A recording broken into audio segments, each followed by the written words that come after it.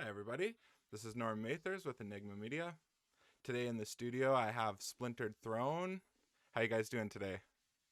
Doing Excellent. good, doing good. Awesome. Why don't you guys take a minute, introduce yourselves, and tell us how the band got started? Well, you Well, go first because I got the I'm history. I'm Lisa Mann. I vocalist for Splintered Throne. I'm also a blues musician. That's my main gig. And I created a kind of a one woman plus drummer project called White Crone. And I think that might be kind of how we connected. But if you want to hear about the project, Splintered Throne, Yeah. this is the guy right here. My name's Jason, or JMO, as I'm affectionately called.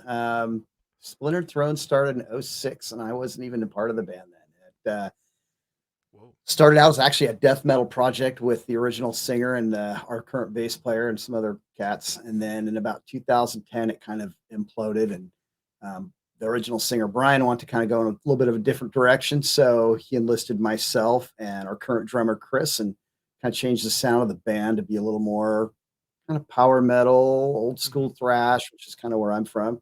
And then we got another guitar player, and we held that lineup for a couple of years. And then right about the onset of COVID, our singer decided to split, and then Fred decided to split, the other guitar player. And Lisa was actually at our last show that we were opening for Flotsam and Jetsam, and she found out that Brian was leaving and said, "Hey, I want to come sing for you guys." So we were like, Yeah. "Oh yeah, that would be awesome," because we've known Lisa around town for years, and it was awesome.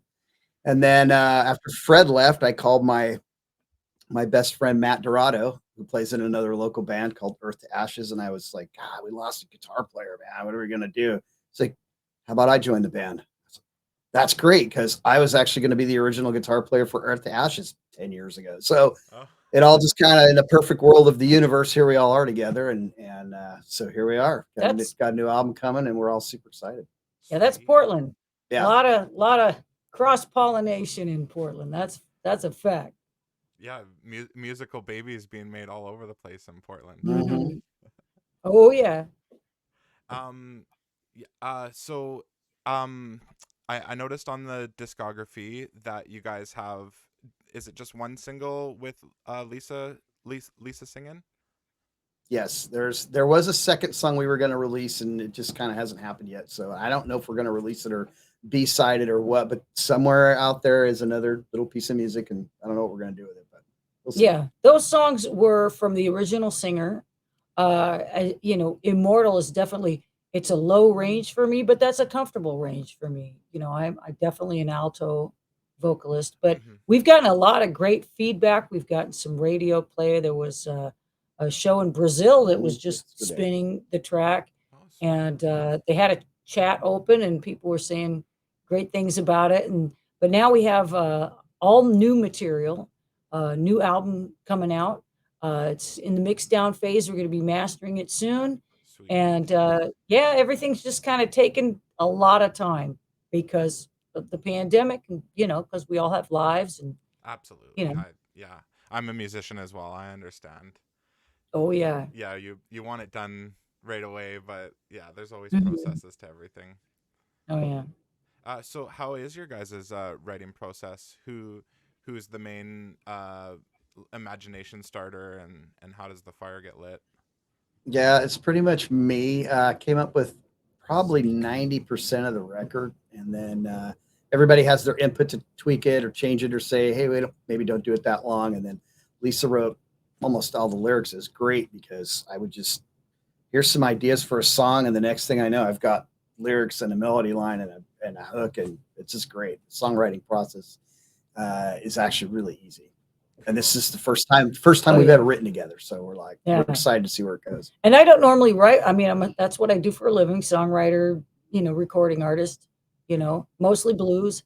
But I've never really written with anybody, but I was a fan of the band. I mean, I was going to see the band. I didn't know you guys were opening for Flotsam. I just was like, "Hey, I'm going to Flotsam. Let's go mosh." And then the singer made this announcement. But so I was a fan of their music because mainly because of the songwriting. you know. The funny thing about that is, as we're playing, I'm looking down. I saw Lisa in the front row, and I'm like, man, she knows all the words to our songs. That is so I'm cool. singing along. It's like, isn't that handy? That's good. Yeah, that's really cool, right? When you asked to Yeah. be the singer, you were just a shoe-in. Oh yeah. Well, not necessarily. You know, they had a an audition process, and I came in. I remember this dude was leaving the audition in a Thor shirt. I was Yeah. like, let's I'm gonna go kick Thor shirt guy's ass. All right, let's go. And but yeah, I wanted the gig. You know, actually, I was at the gig.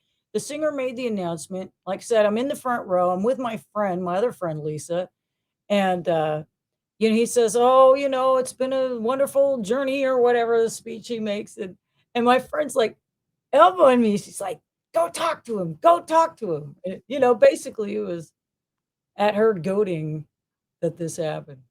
Awesome. Mhm. Did you get to write the lyrics for Immortal?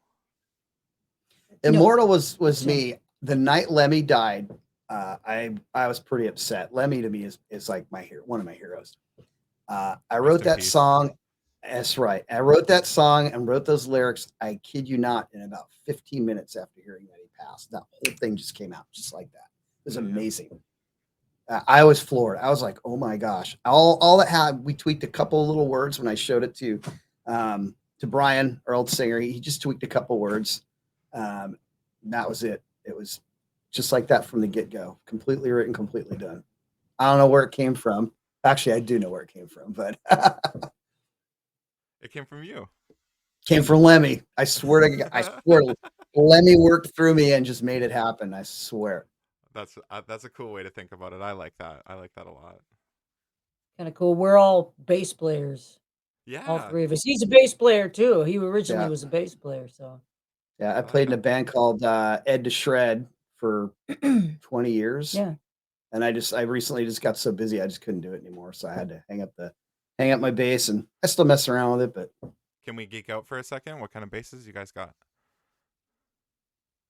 I have a Tobias Killer Bee 6 string. It was Ooh, the first year Gibson took over, but okay. Michael Tobias was still at Gibson, so it's a real high quality instrument. I also have a, Warwick 6 string thumb bass Ooh, from beautiful. 1989. It's just too freaking heavy. I used to gig full time with that bass, man. It's 14 pounds, and I don't even it was insane.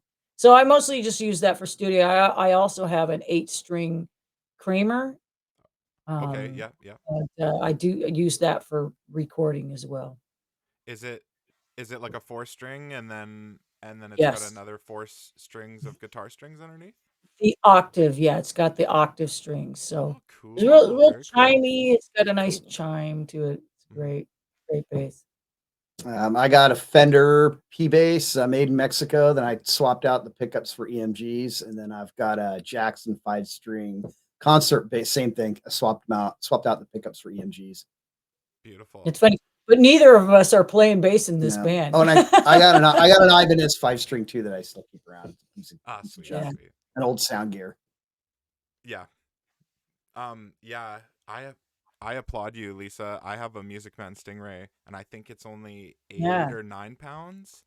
And yeah, after a night of jamming, like 3 hours in rehearsal, my shoulder is just raw by the end of the night. yeah, yeah. My Tobias is 9 pounds, so, Oh yeah, he wow! gets Holy cow! You're just Hercules over there.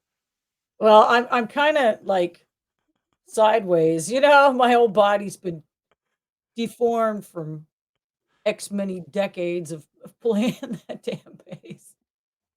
Um. So, JMO, um, you mentioned Lemmy a little bit. Who are some of your other metal influences? Well, Randy Rhoads. I just happen to wear the Randy Rhoads shirt today. Hell yeah. And Scott Ian from Anthrax, which is strangely one of my biggest influences. Through the pandemic, I was actually lucky enough to twice do an online, I did a songwriter session with him, and then I did there was another like hangout room thing where I just talked to him for like an hour, hour and a half. I thought there'd be 20 people in this songwriter session. It was me, and some other guy, and he was kind of mousy. So I just steamrolled him and kind of Yeah. I mean, became the conversation. I was like, look, I got this one opportunity. I'm going to talk to Scott. So yeah, it was great. Damn right. very cool. Anthrax surprised the hell out of me. I saw them open for Slayer on Slayer's farewell tour, and I was totally blown away. I had never really given Anthrax any time or anything like that, but their live show was unreal, and their lead singer connected with the crowd in a way that just like it made you feel like you were the only person at the show. It was weird. It was crazy. Yeah. Yeah. They've been a huge influence of mine for years. And Road Dogg. Scott as a guitar player is just all my right hand stuff is all because of Scott, and probably James from Metallica, but because as coming from a bass player, I really like a strong rhythm. You know, I mean, leads are great and all, and they got to be tasty, but if you don't have good rhythms and good riffs, you don't have a song. Totally. So How about you, Lisa? You said that you're blues influenced. Who are some of your blues prodigy or Yeah, well, I people? kind of came through blues, you know, through my rock influences Okay. because I was a metalhead in the 80s and I was, I've been, I've been around, and so I actually saw Anthrax in little clubs and Slayer and all these bands, some band on the bottom of the bill, Megadeth, Metallica opening for, so Cool. I was a metalhead, but I early on in my bass playing, I was really into like Cream and Black Sabbath and Led Zeppelin and stuff like that. And it's very blues based. So, I've been a working musician since they made me sit in the kitchen, because I was too young, to hang out in the bar. And so I, as a working musician, when I moved back to Portland some years ago, I wanted to work. And so I got into blues because blues is a really big thing in Portland. And I started learning these tunes and just fell in love with it. So, you know, uh, my blues influences, I'd say, like Little Milton, Etta James. I love Jimmy Reed for his songwriting. Of course, everybody loves BB King, but for metal, I mean, I grew up singing along with my Dio records and playing and singing with Steve Harris and Bruce Dickinson, and that's kind of how I learned how to play and sing was just those first four Iron Maiden albums, and Merciful Fate. We're both Merciful Fate fans. Yeah. So we actually have a lot of the same influences because we were both into the Bay Area thrash scene too. So the first road trip we take with the rest of the guys, we're just gonna mow them over with old school stuff. They're not gonna get to listen to any of their Rush or Dream Theater or any of that crap. Any of that crap. No, I'm just kidding. It'll be King Diamond all the way. Are they real progressive guys? I say Chris and Matt are their guitar player. Yeah, they're into prog, a lot of Rush and Dream Theater, I can things deal like Rush. that. I can deal with Rush. Our bass player Brian, he's real into Steve Harris, Iron Maiden. I think Iron Maiden is probably one of the bands that all of us can agree on and go, okay, yeah, that's good right there. So That's I guess cool. a lot of Maiden trip. Mhm. Super important to like click with all the musicians in the band and all that, have good chemistry and all that. Mhm. So, tell us about are you guys releasing a single first, or are you guys just going to be dropping a whole album, or I think we're going to release a single first. yeah. Yeah. That's the plan. We're still in the planning stages, like I said, Cool. So first we got to get the product. Boom. We got to get the finished product, and then we can start planning. But we will probably release a single soon. We'll be searching for a platform to debut the single, and then later the platform. So Very cool. yeah. How do you guys do your recording? Do you guys rent a studio, or do you guys work out of a home studio? Yeah, we had to use a studio because Brian, our old singer, he had a studio, so recording time was free, and this time it wasn't free. Yeah. So we used Kevin Hahn here at Opal Studio, and then he also works at Primal. He works at both studios, so He's done stuff like Paul Gilbert and the Scorpions, and Oh, he's done sweet. some pretty big name stuff. And he's just super easy to work with, especially the way that he and Lisa work together because Yeah. they've done a bunch of stuff in the past. So Yeah, he Oh, does yeah, most of my blues records. He did the White Crone, The Poisoner. He did that album. yeah. And I've also worked with him. There's a project called Cry for Eden, which is a pretty obscure symphonic metal project that I worked on. And so he and I just have a lot of years under our belt. He's just, like he said, he's just super easy super to work easy to with. work Just with, super friendly guy. And it's like, if you sing something pitchy or something, or you play something off, he'll go, just try that again. Okay, thanks. And God, that sucked. I want to give him better. I want to give him more. You can get so caught in your head when you're recording, though. It's horrible sometimes. Yeah, it's a trap. Does he help with the production of songs and stuff like that? Or did he? I guess. yeah, he had some input, and then we did a instrumental track that I don't know if we're gonna put on the record, but we'll have it. It'll be something. And yeah, he's Cool. good at just giving input and go, maybe that works or doesn't work. It's nice to have that outside ear Yeah, just to he's a kind of. musician too. So He's a great guitar player. yeah, And he sings Journey amazing. yeah. Yeah. Sings in a Journey cover band, and Yep. they'd like And Oh, they're really? they're making bank. they are really good. They're really Yep. good. Crazy. Did you guys play any different instruments in high school? Well, I played trumpet, and then I got kicked out of band in sixth grade. And when I came back in high school, I played for the same music teacher, and I was playing bass then, and they didn't have a bass player in the jazz band. Okay. So he gave me a bunch of sheet music and said, "Learn this." And I said, "I can't read music, but I tell you what, I will come back tomorrow, and if I don't learn it, you don't have to have me in the band." So I came back. I learned whatever the three songs were. I think it was "Men at Work." There was a "Men at Work" tune. "Here Come the Clowns," and like something else. I just learned it by ear. I came back the next day, and you could see he was so pissed off because he had to let me in. He already kicked me out of band. I got to hear the rest of the story, man. So Now, me, I've always been a bass player. I just wanted to be a bass player when I was a little kid.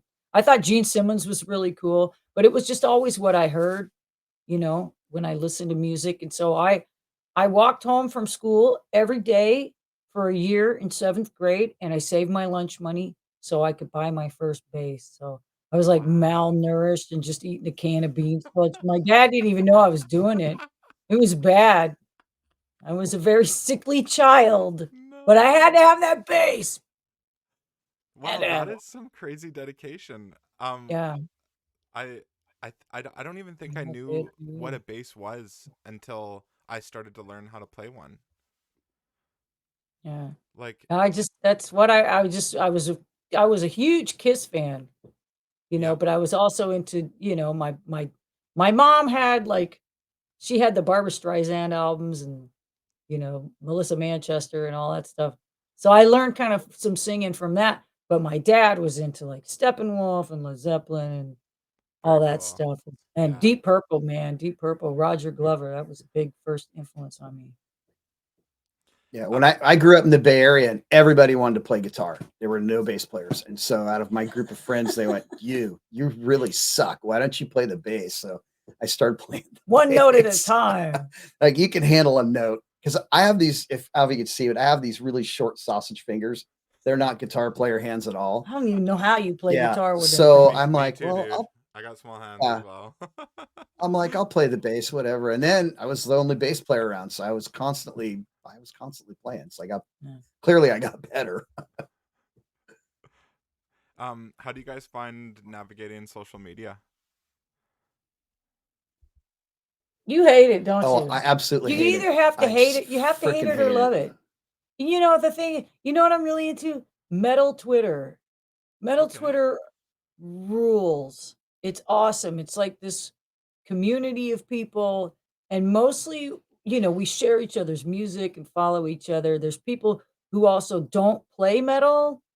This dude MC Walker, he's always supporting all the artists. He plays more of an acoustic, guitar kind of music. Hmm. And but people just are always sharing each other's stuff, and it's I got into it to just go, "Hey, I have this album out," and start marketing and stuff. But mostly we just tell stupid jokes to each other, Nice. mostly just, stupid Slayer memes, like the horse that's cut in half, Yeah.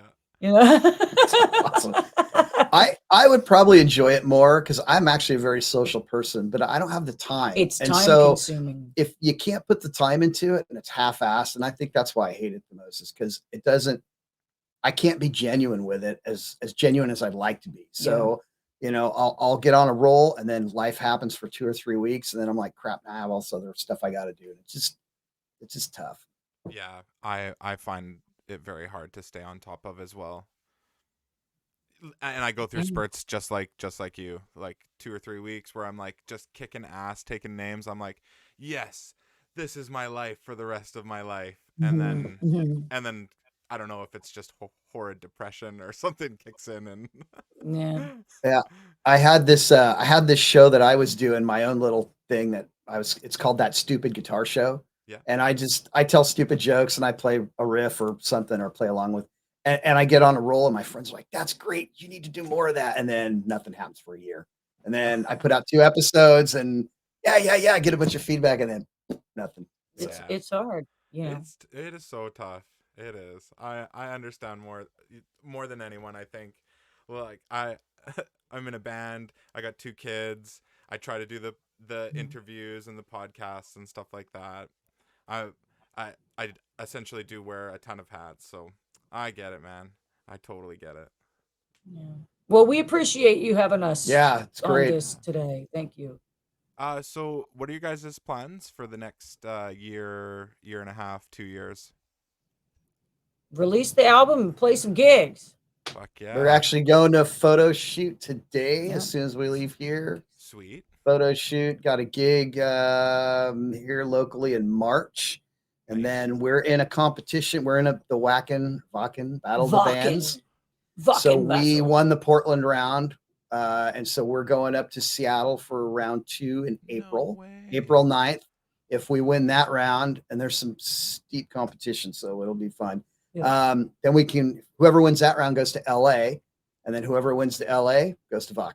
So Wow. we're Well, excited that's about super that. cool. Yep, Mhm. super cool. And then it's been tough because of COVID, so we're navigating booking gigs and getting back out in Portland. The Portland music scene, the venues here were almost completely decimated by COVID. Almost everything is shut down. Yeah. So this is actually a really small town. It's only, maybe 1.5 million, 2 million people. So it's pretty small in the grand scheme of a city. So Mhm. there's not a lot of places to play. So we're looking at basically starting from scratch again, Hmm. even though, at one point we pretty much opened for all the national acts. We didn't do the, little dive bars and stuff. So I guess we got to go back to that, start over, which is kind of fun, but it's a lot of work. So Yeah. No, I hear you. Talking about steep things. It seems yeah, like a steep mountain to climb like again. it's kind of Yeah. fun. It humbles you a little bit, and it makes it fun to get back out there and play because we haven't played in. We did our first live show was that Battle of the Bands. It was the Yeah. first time Was the we'd ever Wacken we'd ever in been on Portland. stage with this new lineup. So Yeah. it's different. I've been playing in a cover band. Lisa's, she's still playing all the time. So a lot of us are doing other things to play live here and there, but for us to all come out it was pretty nice. How does the voting system in that Battle of the Bands work? Is it like most fans, or is there No, actual no, judges? Yeah. there's judges. Yeah, and they sent us the criteria and they're, performance based mostly. Some of it is audience response. So, it behooves you to bring people to the show to Hmm. cheer for you, but mostly it's performance based and they judge you, how do you interact on stage, your songwriting, your musical, performance, your tightness, all that How stuff. fast you get on and off the stage. That's part of it too. That's the same thing Really? because I've Yeah. I've competed in something called the International Blues Challenge many years ago, and it was kind of the same thing. It's like, how professional are you? Do you plug your shit in on time? And do you end your set on time?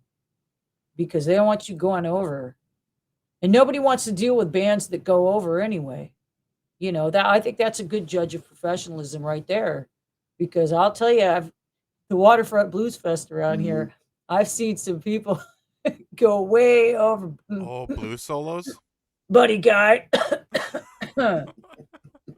And then the city's about to shut the whole damn park down. Oh So, no. so Yeah. I think they're fair criteria. Yeah. Yeah. But That's it's tough when you play traditional metal. You know, there's so much modern metal, that, some of it I like and some of it, I'm not crazy about. It's all about being, aggro, aggro, aggro, aggro all the time. And, the Cookie Monster vocals. And that's just not what we do. What we do is just a more traditional, classic, that's who we are. We're not going to try to be like these new bands. And we're just trying to keep that flame alive because we just love classic metal with melodies, And a hook. riffage. We got a hook, Gotta have a hook. we got some hell yeah. speed, but it's not all about that one ingredient, that heaviness and speed. I mean, to me, metal is like it's like a landscape, and it's got a lot of different features to it, and that's more who we are. And some people are, they're a little more prejudiced against that traditional style. Oh, you got to do what the kids these days like, but it's just not who we are, man. We want to keep those fires burning. Yeah. um yeah, I didn't listen to metal for a long time, like after high school. I'd kind of gotten into blues, like the Black Keys, White Stripes, kind of new age Oh, blues or whatever. yeah, new blues. Cool. And then when I went and got back into metal, I found that it all sounded the same. Like it took me a solid 6 to 9 months of listening to just new metal, like radio-esque metal, and I was like, oh no, there was like 5 or 6 formulas that all these bands kind of picked from, and then they just copy and pasted, and it was like Yep. you'd hear the intro and you'd be like, oh, it's this song. And you hear the intro Yeah. of the next one, oh, it's this formula. And I was like, okay, so is that all the metal is nowadays? And then that's when we created Enigma Media and we went underground, and I found so Right. many bands that I fell in love with in like Yeah. the first couple weeks. I was just like, oh my god, this is so refreshing. So it's really nice that you guys aren't sticking to the mainstream path, because Yeah.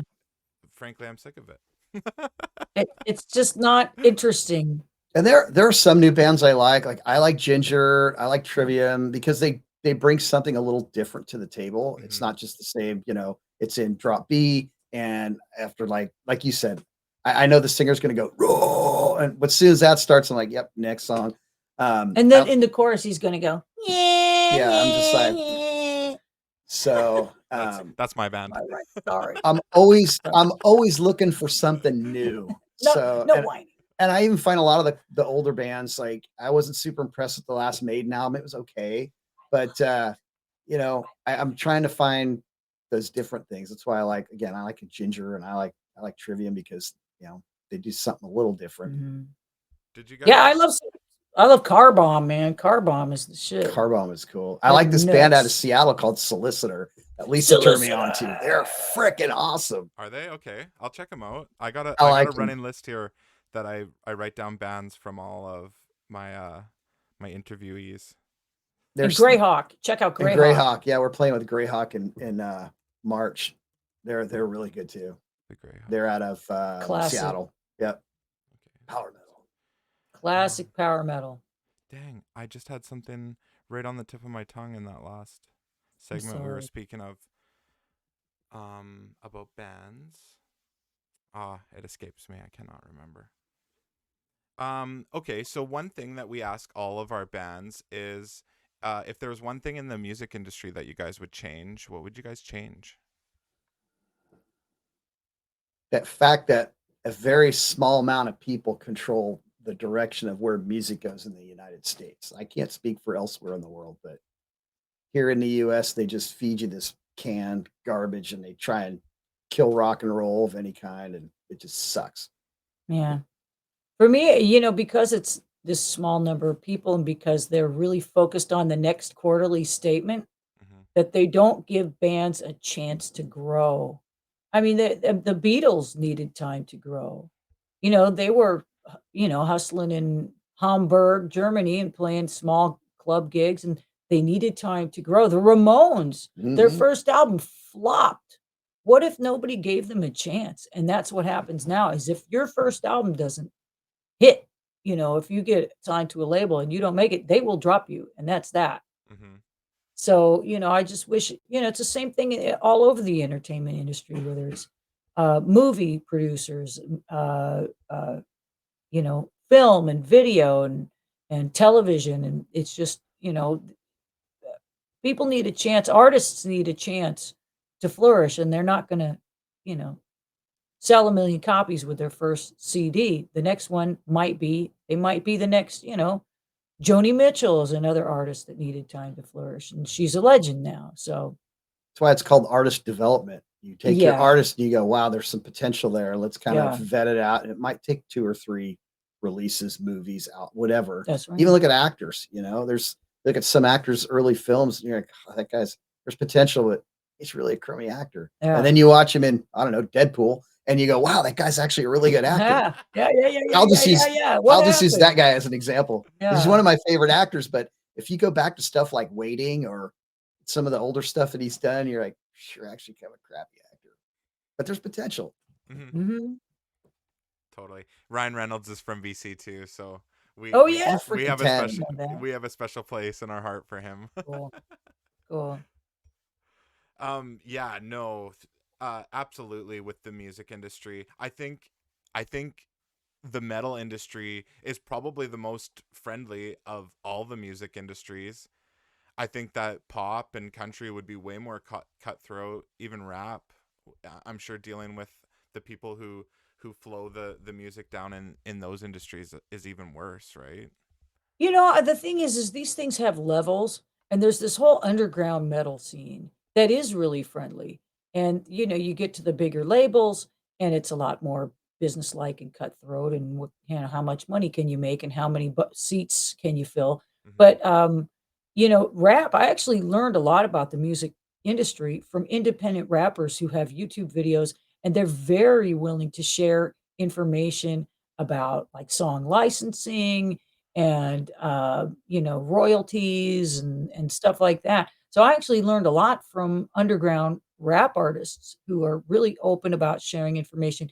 Also, the blues scene is something else. And demographically, it's an older audience, but it's just a big family. It really is. I mean, and I was really worried as an established blues artist that I was gonna get crucified.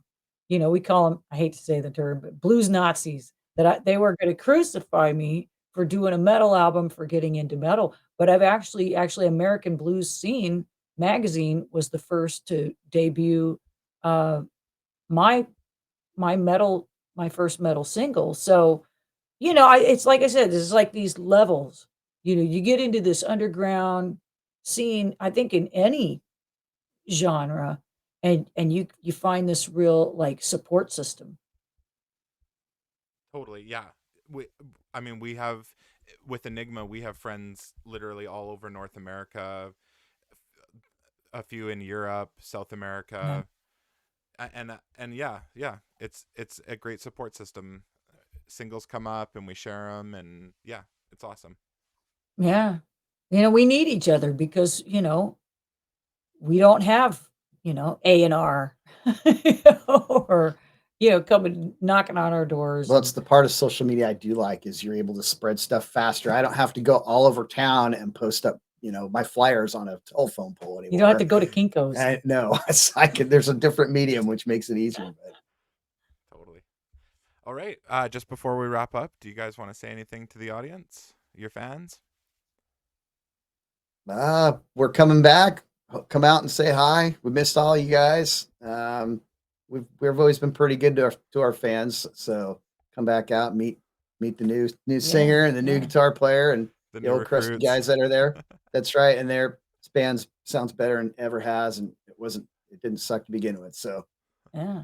Yeah, and follow us on social media. You can find us on Facebook, on Instagram, on, Twitter. Um the Facebook page is pretty cool, you know, and that way you can keep up. Go to the website, splinteredthrone.com. And if you have any suggestions for venues in your area that you would like us to play, shoot us an email. Or festivals. Yeah, festivals. You want to connect, bands that want to do shows, contact us. Cold call us. We're Awesome. friendly. We don't bite. Awesome. Well, thank you guys so much for coming on and Having us. sharing all the stories. Yeah, thanks for having us. That's great. Thank you very much, Yeah. man. Awesome. Awesome. Really appreciate it. Yeah. Cheers. All right. All right. Cheers.